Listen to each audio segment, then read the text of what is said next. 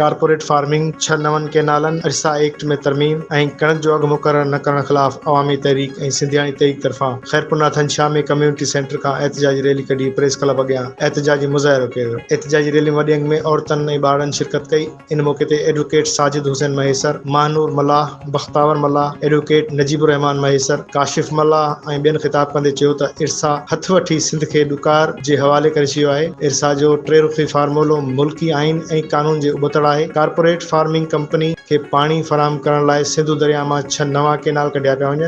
हिननि वधीक चयो त पीपल्स पार्टी केनालनि जी मुखालफ़त जा कूड़ा ड्रामा बंदि करे। सदर आसिफ अली ज़रदारी 8 जुलाई 2024 ते ग्रीन पाकिस्तान इनिशिएटिव जे इजलास में 6 नवनि केनालनि जी मंज़ूरी ॾेई चुको आहे। हिननि चयो त कणक ऐं ॿियनि फसलनि जा अघ घटाए हारियुनि जो मुआशी क़त्लेआम कयो पियो वञे। हारियुनि जी मुआशी क़त्लेआम करे हारियुनि खां ज़मीनूं फुरियूं पियूं वञनि। सिंध जूं ज़मीनूं कारपोरेट फार्मिंग कंपनी खे ॾिनियूं पियूं वञनि। हिननि चयो त पाणी जी हथरादू खोट सबबि सिंध जे साहिली पटीअ मां माण्हू लॾ पलाण करण ते मजबूर आहिनि। सिंध जी सूरत हाल ख़राब आहे ऐं जेकॾहिं 6 नवां केनाल कढिया विया त सूरत हाल अयां वेतर ख़राब थी वेंदी। 6 केनाल कढे सिंधु दरिया खे सुकाईंदा त झर मां पाणी बि न ईंदो, वाटर सप्लाई जो पाणी बि न ईंदो।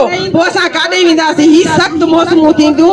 हिकिड़ो उहो यज़ीद जेको अॼु ताईं पिटिजे थो, उन 72 बच्चा इमाम सगोरे जा शहीद कया हुआ। हेड़ी वेसागाती, हेड़ी बेधन, हेड़ी राजनी ही मिनिस्टर आहिनि जेके मीडिया ॾसे थी त ही चोलिस्तान केनाल ठहे थो, सिंध जो पाणी वञे थो त हितां जा मिनिस्टर चवनि था त हुते ट्यूबवेल था लॻनि, दरिया में पाणी कोन्हे। ईद है ॿिनि ॾींहंनि खां पोइ ईद जो मौक़ो आहे। असीं सभिनी सिंधी माण्हुनि खे तव्हांखे इल्तिजा था कयूं त ईदियूं कहिड़ियूं? ईदियूं त पंहिंजे सिंधु दरिया सां आहिनि, ईदियूं त पंहिंजे नसलनि जी आबियारी सां आहिनि। पर जॾहिं असांजा नसल न रहंदा, सिंधु दरिया न रहंदो त कहिड़ियूं ईदियूं कंदासीं? तंहिंजे करे हिन ईद ते साफ़ी ॿारनि खे गुज़ारिश आहे त जिते बि ईद जा इज्तिमा थियनि उते ईद नमाज़ खां पोइ सिंधु दरिया जे लाइ तव्हां ज़रूरु साम्हूं अचो, सिंधु दरिया जे लाइ एहतजाज ज़रूरु कयो। इहो कोन थी सघंदो।